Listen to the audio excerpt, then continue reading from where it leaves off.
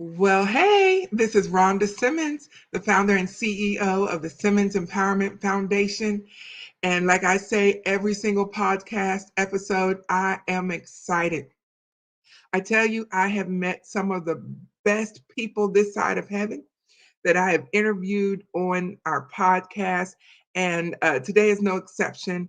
And I am so looking forward to it. By the way, welcome to Empowered Heart to Heart.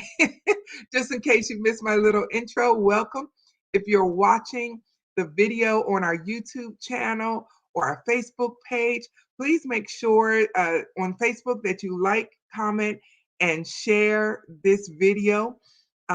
Let somebody know that it's happening right now.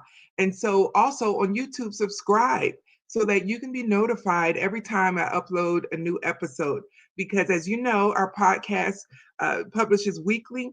And so we don't want you to miss a single episode. And I'm so glad that we are able to bring information to you that you need. As we like to say on our Empowered Heart to Heart, we bring messages of hope. We have conversations that heal and interviews that empower. And I promise you, today you are going to be all of those things. You're going to be filled with hope. You may find some healing in the conversation that we're about to have, and you will definitely find empowerment. Today, I'm going to be talking with uh, Richard Villasana, and I apologize if I did not say that right. I just feel like I said it wrong. And so when I bring him in, he's going to correct me. But I tell you, he is a great man. He has accomplished great things. Let me just interject here right before I bring him.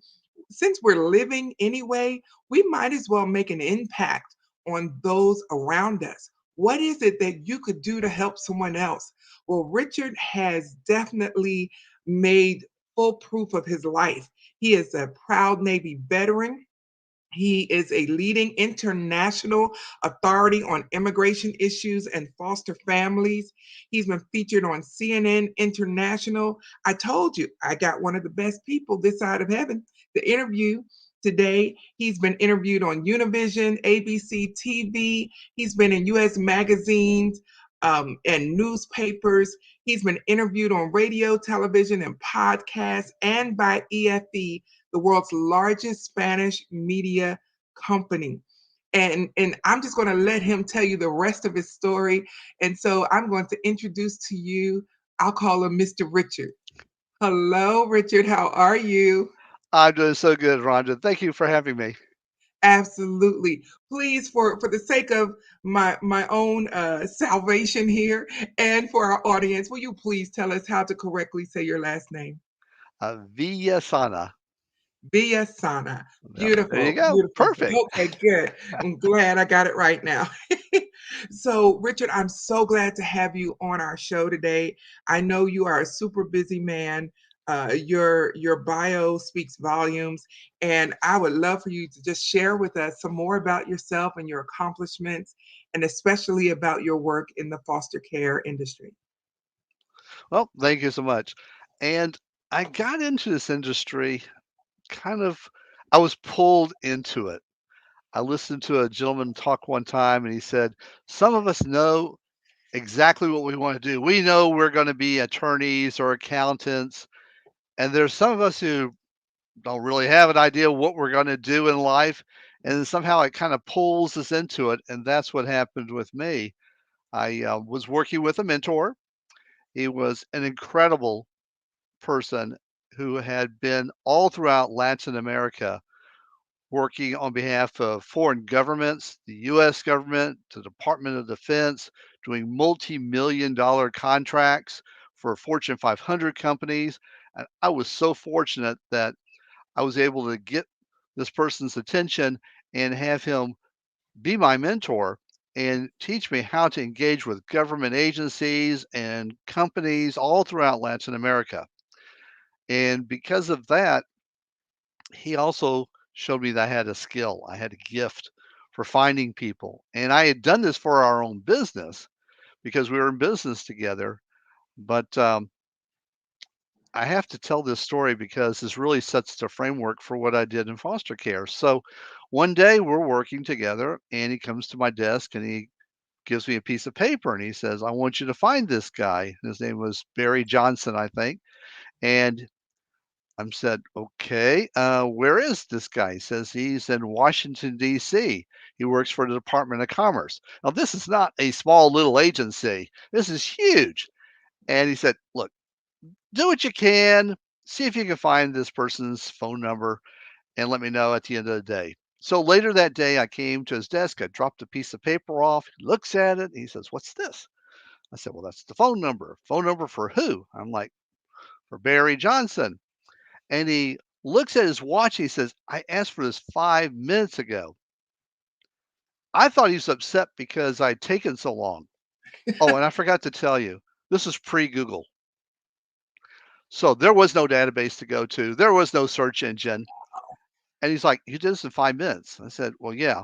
He said, nobody does this in 5 minutes. I said, well, I do.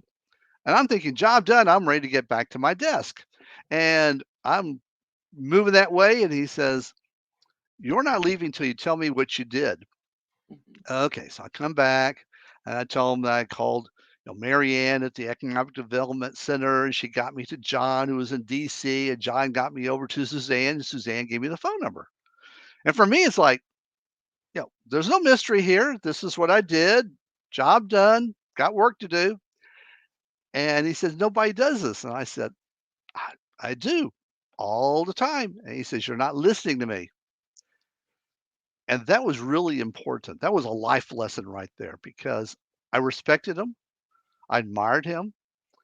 And I knew when he said that, because we'd been together long enough, that I was missing a life lesson. So I come back to the desk, I kind of chill. I'm like, okay, what am I not getting? He says, my background, all the major corporations I've worked for. Yes. All the dignitaries I've met. Yes. He said, so when I tell you that I have never met someone who can do what you just did, that means something. I said, but I do it all the time. He said, it doesn't matter. It doesn't mean it doesn't have value. And that was such a critically important lesson because every one of us has this, some people call it superpower or that gift, that thing we Yeah. do so well that everyone goes, oh my God, I can't. How did you do that? How did you take two sticks and, create a gazebo? How did you do this? Yeah. And we blow it off because it's something we do so naturally. We just discount it as if, it's not a skill. It's not worth anything. It's fun, but, and he made me realize that it was a gift. It was a skill. And I was in a position to listen to that. And unfortunately, that happens with a lot of our young people, especially when they're in foster care. They don't get told, they don't make the connections with adults or with others who are able to give them that advice. So when they respect and they trust, who can say, you know what, you're really good at this. You should really focus on this. Simone Biles was so lucky because she had someone who pointed that out to her and said, you can do this. You can be this person. And look where she is. Wow. The most medaled gymnast, I think, Olympian ever. Mhm. But she had someone who believed in her and told her, you can do this, and pointed it out to her. And that's something that's lacking that all of us, you said at the very beginning, how can we help someone? Right there, we could go out today, tomorrow, and look at someone and see what it is that they do so well and tell them, especially if Yes. there's that connection already. So they'll listen to us. And then we could take it a step further and encourage it and help motivate them to develop whatever that is because they may have the gift, but they may not have that initiative to go through the steps because just having a gift does not mean that it's super easy. You never have to study, you never have to research.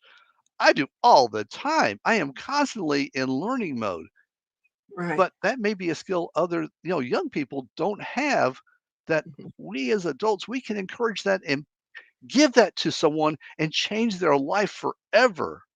Mhm. And again, because I had that gift pointed out, I started doing this with other people, finding relatives, and then somehow the word got out and foster care agencies started calling me up and saying, "Can you help us? This child is in care. We need to find his mother." And they live in Latin America. We don't read Spanish. We don't understand Spanish. We don't know what the documents are called. Can you help? And that was the beginning of what I've Wow. now been doing for 3 decades. That is amazing. That is amazing. There is no greater fulfillment than knowing that you are walking in your God given purpose in life, that this is what you were created to do. And I wish you could really see the joy on your face right now as you talk about what you do. It is so evident, that this isn't a job for you. It's your life's work. It's your calling and your passion. And I definitely appreciate that.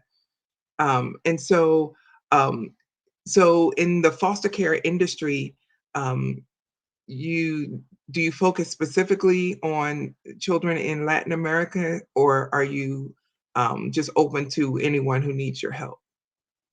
It really is focused on Latin America just simply because that's my skill level. I have worked in every country that is Spanish speaking in Latin America. And we add Brazil, that is Portuguese, but we add that to the mix for Latin America. Mhm, And that's where I spent all my years doing international business. Some of my clients were Cisco Systems, AT&T. I got called for research. I got called to market their products. Cisco System was actually amazing. We had a product that was so new, when we took it to the engineers for them to approve it, like we have Underwriters Laboratory here in the US, where they say, "Yes, we have tested this. It's safe." They were looking at like, "Okay, this is new technology. Yes. Never before hit the market. How are we supposed to test this thing?" And we're like, "Good question." And they basically said, "Okay, it passed, it passed, it passed." I mean, you've got to think about it. You've got something that's never before seen. How are you going to test to make sure it works against based on what? So mhm. I've been in those situations, so unique and unusual. And so because of that background, that's where my forte is. Spanish is my fourth language. I've traveled. I've lived in Latin America. I lived in Mexico for 10 years. I was a professor at one of the universities. I mean, I went rustic, native. I did not have someone paying my bills. I paid the water bill. I knew where to go to put the money in and to get the receipt and what to do when the water ran out. Been there, done all of those things. And so, but Wow. here's the catch. In the work that I do, Mhm. we have found relatives who lived in the United States in the vast majority of our cases. Can I share a quick story with you? Absolutely. So we had three girls, 4, 8, and 10. And that's very young. And kids at that age usually can't give a lot of details about family members. They may know them as Auntie Beth or Uncle John, but that's about it. They don't know street addresses. They might know a phone number, but let's face it, now with our phones the way they are, who remembers a phone number? So Right. they had these three girls, and they did tell the caseworker that they had two aunts living in Chicago.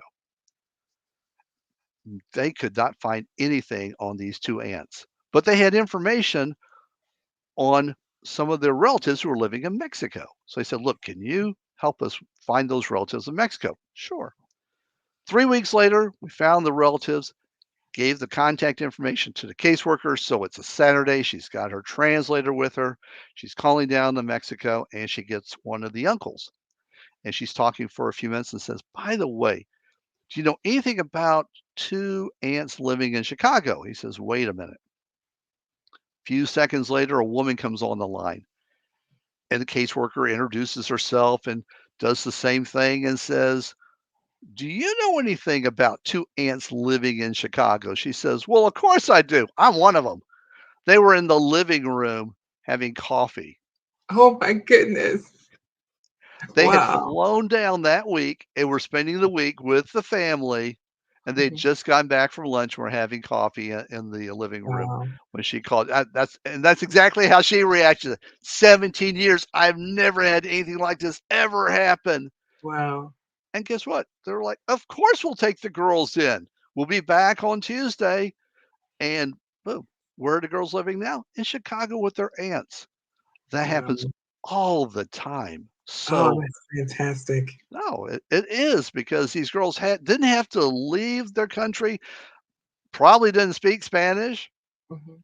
didn't have to leave a place that they were familiar with. They were able to find new relatives and to go stay with them and get out of foster care because Yes. it is not long-term care. That's No. something people forget. People think of foster care, and yes, many kids do get out within 2 years, but a lot of kids, thousands of kids, stay in for years. Some Yes. stay in their whole entire childhood until they Yes. hit 18 years old.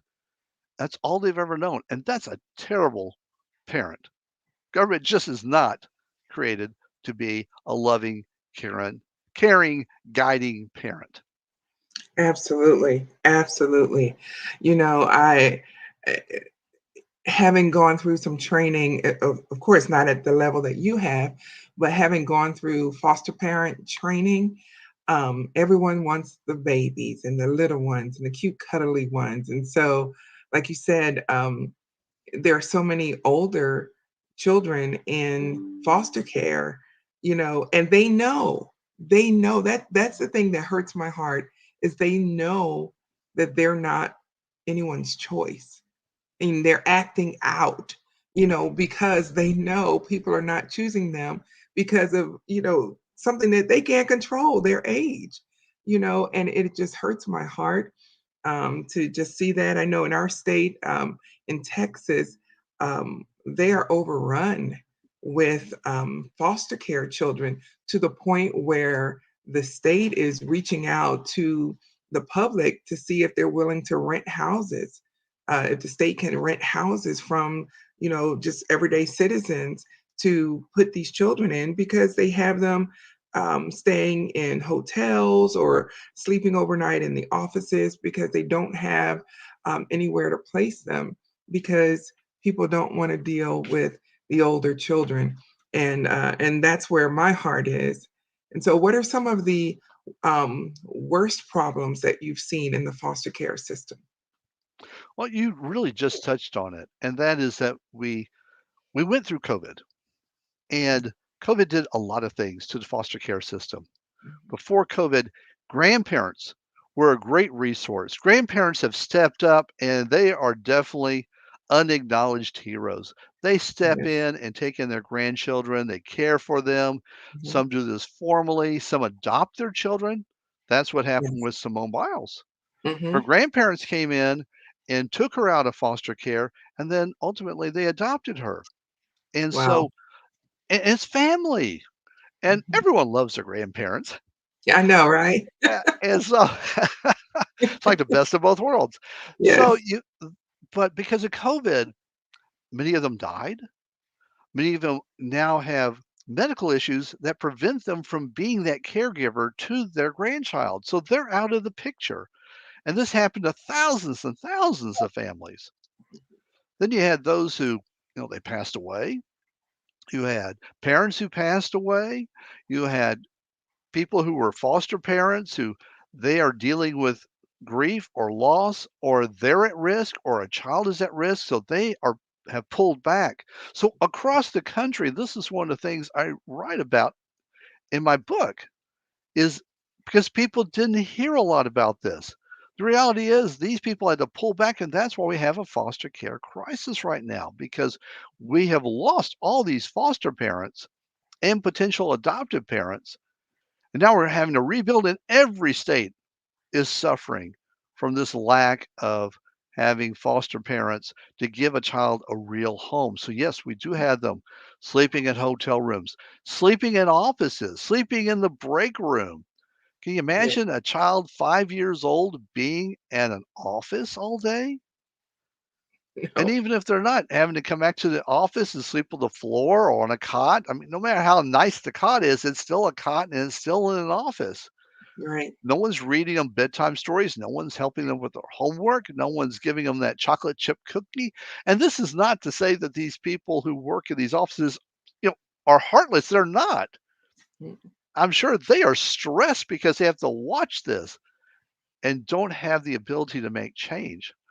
And you asked, what can we? No, that's the horror story right there. That's the terrible side of the foster care right now. Is this crisis? But there's hope, Yes. and the Believe hope that. is the family finding that I do. Not just me. This is across the country. There are So sorry. agencies. Oh, that was so pretty. There are agencies that can do family finding. And when they do, that gets them connected to the aunt, uncle, grandparent. And by doing that, they do get them out of the system. They move from foster care to kinship care. Mhm. And that makes a huge difference. Again, I keep talking about Simone Biles, but she is a fierce advocate of foster care. She does not back away from it like a lot of celebrities have. They don't want to talk about their foster care years. But Right. Simone Biles embraces it. She's fierce about it. She advocates for it. And Yeah. that's why I talk about her so much because she is my hero. Yes. Yes. And Absolutely. and at such a young age. And so she realizes what can happen to a child if they have their family found. And family finding is so simple. You make a list of all the relatives, you locate all those relatives, and then you contact all those relatives. And then most of the time, someone, and is what happens with us constantly, will say, yes, I'll take in little Maria. I'll Mhm. take in, Marco. Sure. Mhm. Mhm. And the next thing you know, the child's out of foster care. They're in a loving family setting. They're not moving twice a year. Mhm. They're not at risk of massive depression because they're being passed from home to home thinking, what did I Mhm. do wrong? Why didn't they love me enough to fight for me? Why didn't Yes. they speak up? Why didn't they want me? Because Mhm. no one sits them down and says, look, that's not the way the system works. It's not you. But they don't get told this. So they keep going through life for years thinking, it's me. I must really be messing up. And this impacts these kids so badly. But family finding, it's quick, it's inexpensive. 'Cause listen, there are some kids right now, agencies are paying out $10,000 a month. And I don't think anyone thinks that we're getting $10,000 a month worth of benefit for these children. No. Yeah. No, I actually referenced that. You can go to Harvard to get room and board for less than 70,000. Harvard for $70,000. I don't think we're getting our money's worth when it comes to foster care. No. No. Absolutely not. Absolutely not. Well, Richard, you mentioned your book. It's called Do No Harm. And somewhere around the video will be the link for people to purchase your book because they need to get it, they need to read it. We'll also put it in the description for YouTube. But tell us some more about your book, Do No Harm, and how it shines a light on the foster care issue and crisis in this country. Well, thank you for asking about that. It was definitely a labor of love. It does focus on the children who were separated coming across the US Mexico border back in 2017 through 2021. These children were separated. That was a policy that the US government had in place at that time. And they were unprepared for one, separating children. That's why there was so much in the media about where these children were, how they were being treated. That's a whole nother conversation. But let's just say for many children, it was not good at all. And they also did not have in place a way to locate their parents. And that was part of the lawsuit was that and the commentary, and that again is in the book. One of the judges said, you can track watches, pens, money, clothing, all these articles, but you don't have a process to find children. He was Wow. just blown away. He's like, how do you do this? How do you track inanimate objects, but you Mhm. didn't have anything in place so we could get a child back to their parent? Right. And Right. so for 2 years, I have been working some of the worst cold cases that the federal government had in finding people. I'll share this one with you. This is an example, hypothetical, but let's say we had the name of a parent, one other identifying information, and we would get the name of the country. So that would be like someone saying, I want you to find Rhonda, and she lives in the United States. Good Wow. luck. Wow. Now, we closed that case, of course, Yes. and you knew that was coming. Uh-huh. Um, and we have lots of stories of these success stories in the book. Hmm. And from the immigrant children, though, a lot of those kids, because they're going into poverty level homes, because they are non-citizens, they aren't able to work legally, so anything can happen to them because of finances, the stresses that poverty puts on people mentally, economically, emotionally, that can impact their parents. There can be abuse. And guess what? Those children are now starting to end up in foster care. So we've got these thousands of kids coming into foster care, a foster care system, as we talked about a moment ago, that lost thousands and thousands of grandparents, lost thousands of foster parents. It's not the safety net people are trying to purport it to be. It's not at all. It's not a sponge that can soak up the ocean. It's just not possible. And now we Right. have these immigrant kids coming in, and the laws that apply for them to go look for their parents kick in, and these agencies don't know what to do, and they don't know how to go look for them. And we have our own US born children who are going into the foster care system, Mhm. and we're hearing more about abuse. And so we've got all these kids coming in, but you know what? We need to think about the hope here. Yes. Family finding, and the people who have transitional programs for when the kids do stay in too long and need that time frame from 18 to 21 to 24 to get their feet underneath them and to get their balance and to be able to cope with the real world on Yes. their own. Those programs are out there. There are states right now letting them go to college for free. That's great. It's Yes. not one solution does all. This is a group effort. It's family Absolutely. finding, it's foster Absolutely. parents, adoptive parents, it's transitional programs, it's good budgets for the government. So happy to see that in California, they put more money back into the budget cuts they were going to make because you Mhm. have to. That's money well spent. That's not Yes. fluff. Right. And that is Right. definitely one of the areas where we can improve on. You said at the very beginning, what can we do to help? Write our politicians, let them know children need to come first. This is not a political football. This is a child. Take care of them. Yes. Let them have Yes. the resources to have a safe home.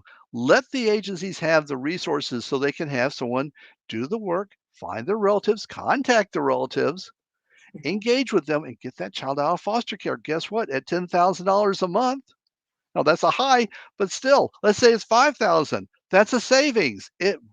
Trust me, this Yes. is not a losing activity. This is a winning activity for everyone, children, families, government, society. It works for everybody. And that's what the book Absolutely. is about. It talks about this, it hits the hard, dark stuff, but it goes into hope with stories Yes. of hope, like those three girls. It's in the book. Other stories just like that. Children who now have a completely better, brighter life because someone found their family. Yes, yes. I am so thrilled about the work that you do and have been doing for the past 30 years. It is awesome, beyond awesome. The need is great. And like you said, um, any investment into our children is a win-win, just all the way around. The, I'm not going to shock you and start singing the whole "I believe our children are the future" song, but it is true. It is true. And so the investments that we can make of our time, our resources, our energy, our expertise, just have exponential rewards. And I really appreciate what you're doing. So on an everyday average citizen level, what can we do to help alleviate this crisis? There are lots of things. And again, these are things in the book, but let me share a few quick, easy ones for someone who is super busy. They could go to Facebook. They could like this post. They could share this. They could let other people hear about this because knowing about something and getting interested is job one. If you're not interested, nothing happens. You've got to be motivated. You can't get motivated if you don't know what's going on.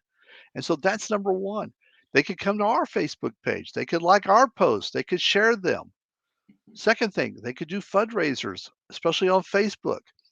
They're super easy, take less than 2 minutes, let people donate. We're a nonprofit, so the more we can do only happens with the more that comes in. It's just that simple. Dollars do talk. And if we have more, then we can do more. We can help more children. People could spend time. If they really want to get more invested, they could become a foster parent. They could become a respite foster parent. That means someone who only helps for a short period of time, a couple of days, just to give someone that break because they've been doing this for months and months and they just want that evening off for themselves or to get away for a weekend just to be with their spouse or with their significant other, whoever, just to have a mental break away from the kids. Mhm. That's an opportunity right there. People could adopt.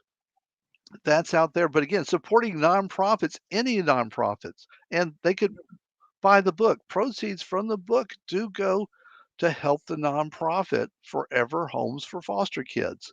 So people can learn about the foster care system, they can learn about solutions, they can advocate with their politicians if they're that way and they're that type of person that they really want to go after it. More power to them. They can do it. It's there listed out for people with these ideas of what they can do and how they can help. And listen, it's a dollar. It's on Kindle. There's no reason for someone not to be able to give a dollar and help and to have part of the proceeds go to a nonprofit and help a foster child be back with family and learn and advocate for these kids. Wow. Richard, what is your nonprofit's website?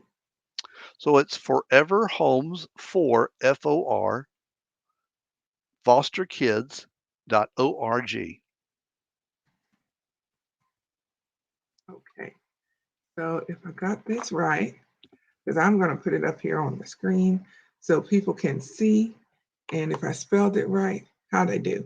Oh yes. Oh, for foster Forever Homes for FOR foster kids.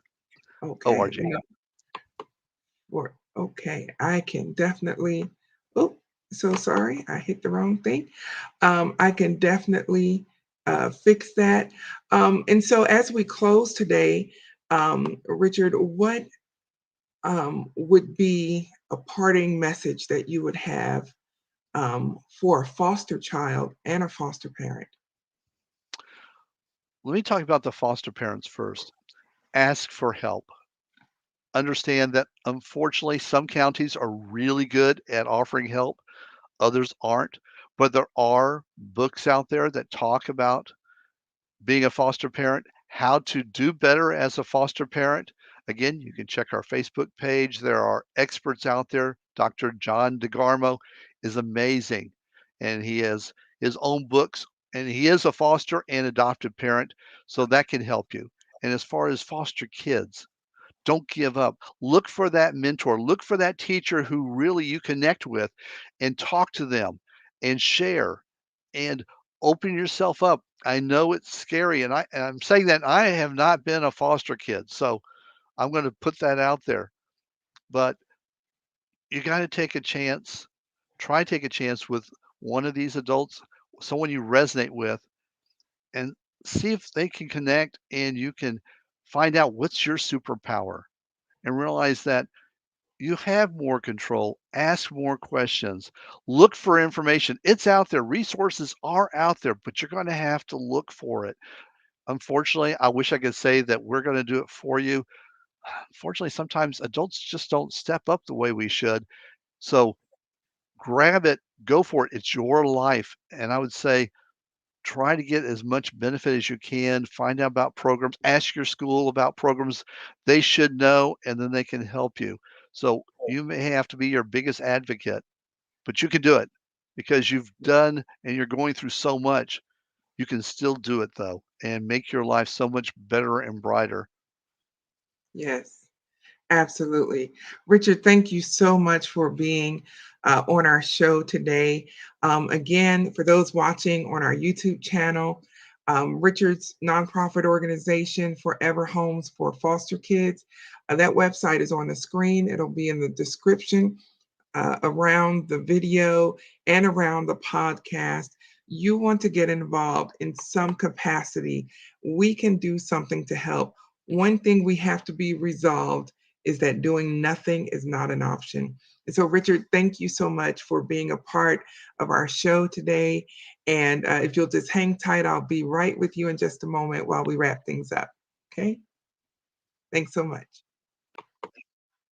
Ladies and gentlemen, it has been an honor to have spent this time with Richard Villasana.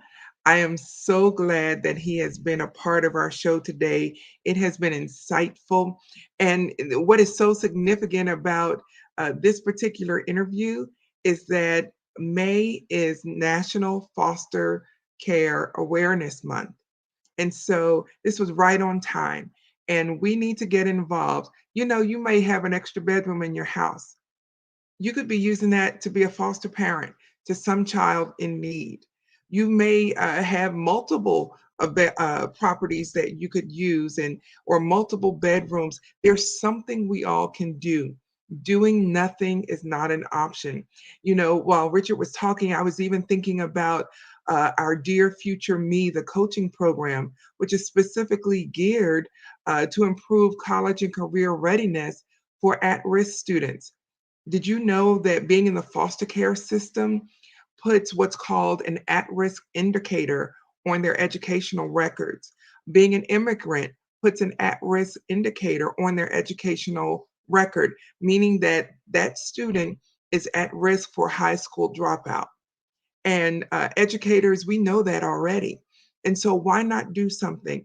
And that's what our program, Dear Future Me, the coaching program is geared towards helping those students who are at risk for high school dropout from ages 15 to 21 be prepared for college and career. And so it's real important that we get involved. We can all do our part, whatever that is. Just remember anything that you do will have an impact, and we appreciate that.